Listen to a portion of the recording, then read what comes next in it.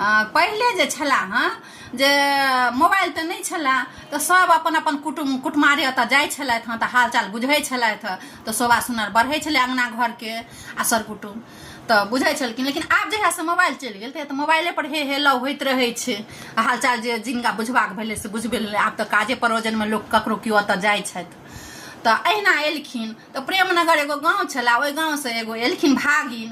तऽ भागिन एलखिन तऽ ओ अंगनामे जे अपन मामा गाँव एलखिन ओ तऽ खाना बनबैत रहथिन। आब हुनकर मामी रहथिन कि भागिन पुतौह रहथिन पता नहीं, लेकिन केओ रहथिन ओतऽ खाना बनबैत। तऽ पहिले तऽ बिस्कुटो चॉकलेट लऽ कऽ आबि जाइ छला, ओ जेबीमे राखि लै छला। तऽ कुर्ताके जेबीमे पहिले बेसी लोक कुर्ते पहिरै छला तऽ कुर्ताके जेबीमे राखि लै छलथि। तऽ नहीं देखलखिन ओ भनसिया तऽ की कहलखिन, जहन कोंटा पर ओ एलखिन पाहुन तऽ खखसि देलखिन जोर से जे लोक केना रहैया लोक घर आंगनमे, तऽ बेटी पुतौह छै तऽ हम खखसि लै छी।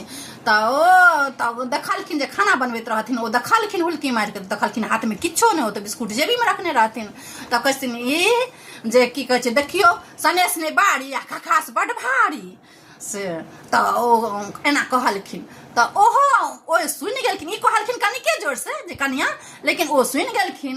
तऽ कहै छथिन ए तीमन नहीं तरकारी आ भनसियाके मुँह बड्ड कारी। तऽ ई हँसी वाला बात छी। तऽ पहिले लोक तऽ जाइ छला तऽ इहो सब होइ छलै हँ।